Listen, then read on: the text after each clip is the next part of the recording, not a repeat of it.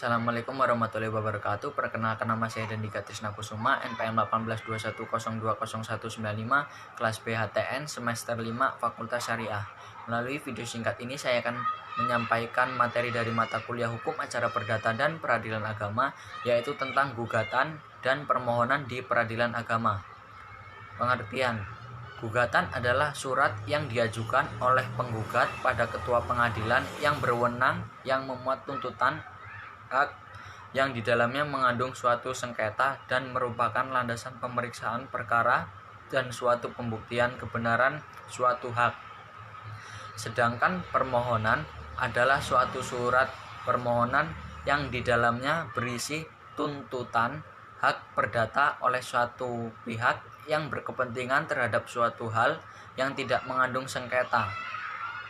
Perbedaan dari gugatan dan permohonan yaitu, jika gugatan ada suatu perkara antara penggugat dan tergugat, maka permohonan hanya satu pihak yang berkepentingan dan tanpa sebuah perkara atau sengketa.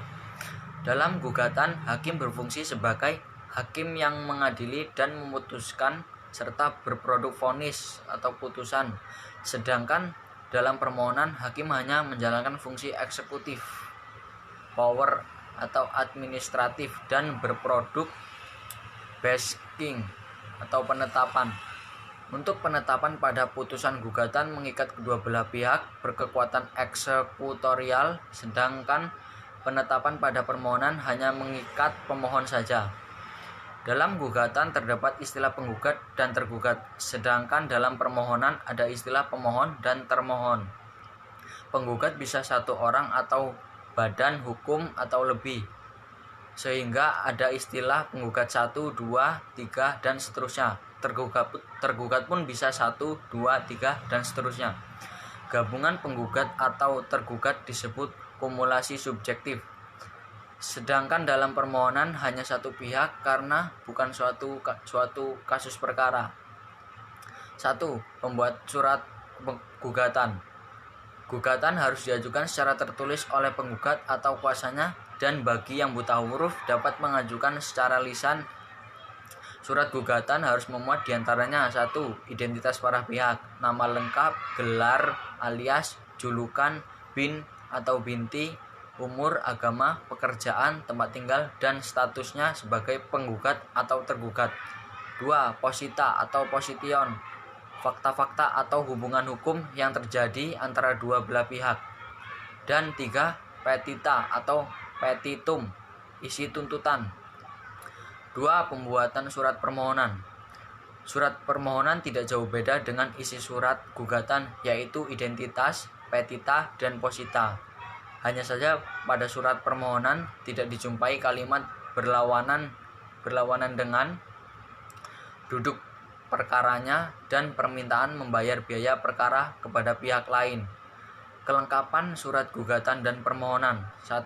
Surat permohonan atau gugatan tertulis kecuali bagi yang buta huruf, yang mana menyampaikan kepada kuasanya atau pada pengadilan agama ketua hakim seperti pada kasus gugatan cerai. Surat gugatan atau surat permohonan yang dibuat sendiri atau lewat kuasanya ditunjukkan kepada pengadilan yang berwenang. 2. Fotokopi identitas seperti KTP. 3. Forskutt, biaya perkara, dan bagi yang miskin dapat mengajukan dispensasi biaya dengan membawa surat keterangan miskin dari kelurahan atau kecamatan. 4. Keterangan kematian untuk perkara waris. 5. Surat izin dari komandan bagi TNI atau Polri, surat izin atasan bagi PNS untuk perkara poligami.